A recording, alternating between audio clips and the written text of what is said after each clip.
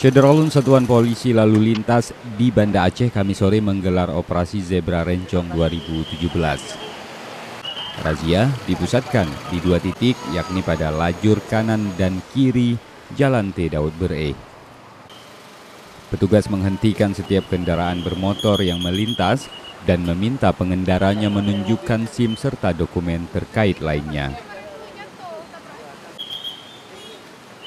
Khusus pelanggaran tanda nomor kendaraan bermotor yang tidak standar, pemilik diminta mengganti di lokasi razia.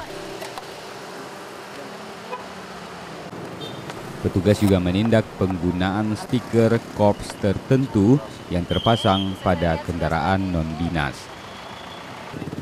Penilangan sendiri diberlakukan terhadap pengendara yang tak mengenakan helm serta tidak bisa menunjukkan dokumen terkait kendaraannya.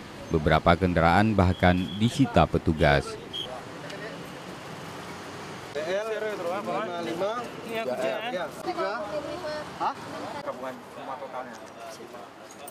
Sebelumnya Syederalun dalam apel yang dipimpin Kapolresta Banda Aceh Kombes T. Saladin ditegaskan bahwa operasi Zebra Rencong 2017 akan menindak tegas setiap pelanggaran berlalu lintas.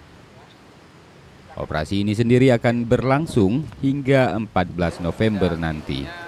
Tindakannya khusus pelanggaran lalu lintas kita menggunakan tilang sesuai dengan pasal yang dilanggar. Kemudian khusus untuk pelanggaran penggunaan strobo atau rotator, maka kita akan mempersilahkan untuk pemilik kendaraan melepas strobo atau rotatornya di tempat.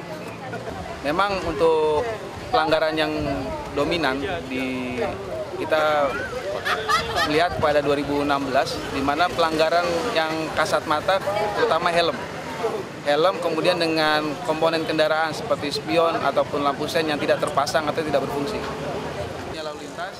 Dari Banda Aceh, Reza Munawir, Serambion TV.